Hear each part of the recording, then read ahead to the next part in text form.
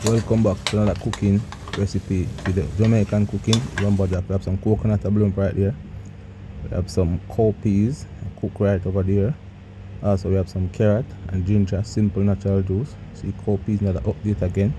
Please watch the video to the end, like and share. Say coconut blem, go the rice and peas. And we have the carrot cut up here and some ginger. Remember Jamaican cooking, lumberjack.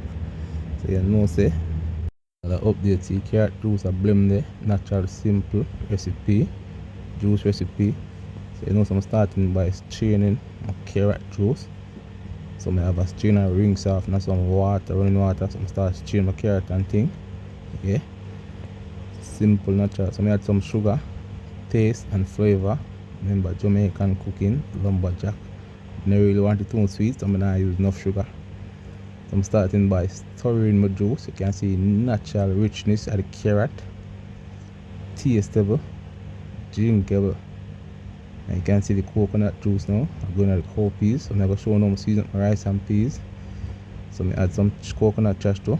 I have some scallion, thyme and pepper, taste and flavor. I will add some powder season also, the same taste and flavor. Remember Jamaican cooking. Please like and share. Add little sugar, taste and flavor. You can put sugar if you want, but me do it in my rice and peas. So I add some salt, because when it combine, it get a nice flavor. So we have some cow foot right there. We have some curry cow foot on the menu. So we have some carrot Irish cut up. So see, rice and peas pot. So I'm starting by put my rice and thing. I never show. Sorry about that. So I start stir it up. Everything combined together. You can see the whole of the green season them and the rice and peas. So recipe are eatable, tasteable.